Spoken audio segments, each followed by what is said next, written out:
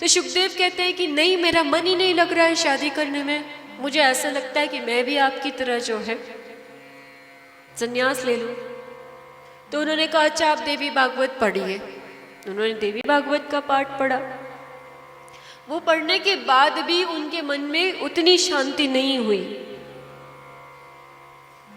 तो उन्हें पिता ने आज्ञा दी कि आप जाइए राजा जनक के पास। राजा जनक के पास जाके आप ज्ञान लीजिए। क्यों? पिता खुद विवाह से और बेटे को कहीं और भेज रहे हैं ज्ञान लेने। क्योंकि अपने पुत्र को, अपने बेटे को, अपने संतान को आप चाहकर भी वो सब उस तरह से नहीं दे सकते, डिसिप्लिन नहीं दे सकते जो कहीं और से मिल सकता है। इसीलिए गुरुकुल की परंपरा हुई थी जो आज विद्यालय के नाम से प्रचलित है। लेकिन वो कितनी विद्यालय और गुरुकुल का कितना अंश है ये तो ईश्वर जाने। क्योंकि गुरुकुल में रोज प्रार्थना होती है, रोज हवन होते हैं, योगा होता है, व्यायाम होता है, साधना होती है, सेवा होती है। वहाँ रहने का, उठने बैठने का, भोजन का, हर चीज़ का क्रम और नियम होता है। पाठशाला होती है। वहाँ कोई राजा नहीं, कोई रंक नहीं। सबको जाके अगर लकड़ी चुनना है तो चुनना है। सबको जो जो सेवा दी जाए उसको वो सेवा करनी है तो करनी है। पर विद्यालयों में ये सब चीज़ें हमें नहीं दिखती। विद्यालयों में तो हमें रामायण और भगवत गीता के श्लोक भी नहीं दिख रहे आजकल, जो कि होना चाहिए। विद्या का मंदिर यानी सरस्वती का स्थान। सरस्वती के स्थान में यदि आप कुछ वेदों, कुछ श्लोक, कोई प्रार्थना नहीं करते हैं तो वहाँ पे वो प्रकट कैसे होगी? उसका आह्वान तो करना पड़ेगा। हम कथा में रोज बैठते हैं तो रोज पहले मंगलाचरण करते हैं, गणेश जी को याद करते हैं, भगवती के रूप को याद करते हैं, गुरु को याद करते हैं, उनसे कहते हैं हमें रूप दो, ज्ञान दो, जय दो, जहाँ जाए वहाँ पर हमें वर दो, स्वर दो। पूरा आह्वान करते हैं, उसके बाद ही हम प्रवेश करते हैं।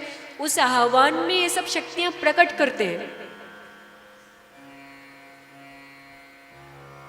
उस आह्वान में जिस जिस शक्ति का नाम लिया जाता है वो शक्ति ऐसे प्रकट होती जाती है। भजन नहीं है, खाली गाना नहीं है, एंटरटेनमेंट हमारी कथा में नहीं है। उत्सव जरूर होगा, एंटरटेनमेंट हमारी कथा में नहीं मिलेगा किसी को भी।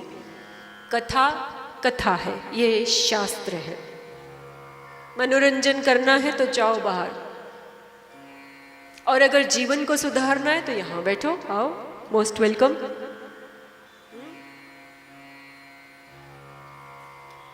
विद्यालय भेजना पड़ा, यानी कि गुरुकुल भेजा जाता था, तो इन्होंने कहाँ भेजा? ऐसे उत्तम शिक्षक के पास भेजा जो ऋषि पुत्र को ज्ञान दे सके। क्योंकि ऋषि पुत्र जो पहले से वैरागी है कि मैं ग्रस्त में न जाऊं। आज सब लोग आसक्ति में लिप्त हैं। कोई बहुत बिरला ऐसा होता है जो बोलता है मुझे इन सब चीज़ों में, झंझटों में नहीं रहना है, और क्या करना है? भगवान का नाम लेना है, तप यज्ञ साधना करनी है, कथा पूजा पाठ इत्यादि करना है। बहुत कम लोग हैं। आज सबको आसक्ति लगी हुई, नहीं तो कि हम XYZ बन जाए, हमारा ऐसा नाम हो जाए, हमारा ये स्टेटस हो जाए, इतने पैसे आ जाए, इतने अमीर बन जाए। हर इंसान अपने आप में राजाशाही की तरह जी रहा है, और जब आप राजाशाही की तरह जीते हो अच्छी बात है, लेकिन ये भूल जाते हो कि राजा के कष्ट कितने होते हैं। किसी राजा से जाके पूछना कि आपके पास आपके आराम कितने हैं और आपका कष्ट कितने हैं, तब पता चलेगा। अभी क्या करते हैं? सब जने नकल करते हैं, जिसे अंग्रेजी में कहते हैं सब कॉपी कैट बन गए हैं। कि वहां ऐसे वो रहते हैं तो हम ऐसे रहते हैं। भाई अच्छी बात है, लेकिन उनके कष्टों को भी फिर अपनाओ, तब तो ठीक है। और फिर उसी चीज में भूल भुलैया में चले जाते हैं। ये वो वहां से वहां कैसे, हम यहाँ से यहाँ कैसे, हम भी तो वैसे ही कर रहे हैं। लेकिन आप जो देख रहे हैं वो ऊपरी आवरण देख रहे हैं, और ऊपरी आवरण को आप सिर्फ कॉपी कर रहे हो। आपने देखा तिलक और तिलक लगा लिया, उठो साधना भी करो, साधना करो तो मिलेगा फल। दूसरों का फल चुराने से फल आपका नहीं हो जाता। आप अपने साथ छल कर रहे हैं और कुछ भी नहीं। जिसका बल जिसने अपने अपने तप से उत्पन्न किया है वो उसके पास ही रहता है जब तक वो स्वयं न दे। हमने कल देखा था कि कल रोरू की कथा हमने नहीं सुनी, उसमें उन्होंने अपने जो है आधा जो तपोबल दे के उसे जीवित कर दिया था।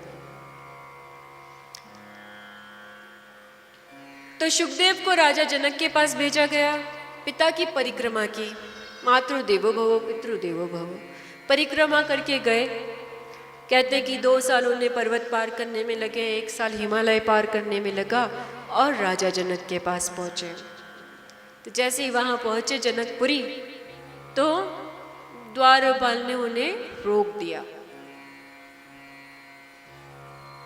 तो शुकदेव कहते हैं मेरे पिता ने भी मेरे साथ छल कर लिया, ऐसी जगह भेज दिया, ऐसे राजा के यहाँ भेज दिया जहाँ मैं एक ऋषि पुत्र गया हूँ और मुझे दरवाजे पे इसके द्वारपाल ने रोक दिया, इसके वॉचमैन ने रोक दिया। यहाँ पे तो किसी की कोई रिस्पेक्ट ही नहीं है। तो जहाँ इतनी कर किसी की रिस्पेक्ट नहीं की, क्योंकि ऋषि पुत्र हूँ उसकी रिस्पेक्ट नहीं की, तो यहाँ पर मुझे ज्ञान क्या मिलेगा? जब यहाँ दरवाजे पे इनके जो द्वारपाल है, वॉचमैन है, इन्होंने आदर नहीं किया इस बात का, तो यहाँ पर अंदर इसका राजा कैसा होगा? प्रजा से राजा का अंदाजा लगाते हैं लोग। प्रजा कैसी है? प्रजा सुखी है यानी राजा अच्छा है, प्रजा दुखी है यानी राजा अच्छा नहीं है। तब तो बोले यहाँ का तो द्वारपाल ही ऐसा है, पता नहीं पिताजी ने कहाँ भेज दिया मुझे। बाद में उनकी वो द्वारपाल के साथ भी कुछ चर्चा हुई, फिर कहा कि ठीक है मैं ऐसे ऐसे आया हूँ, मिलना चाहता हूँ राजा जनक से। कहते हैं यहाँ पे राजा जनक के महल का वर्णन है, बड़ा दिव्य बड़ा आलीशान महल है, बहुत अच्छा वर्णन है राजा जनक के महल का।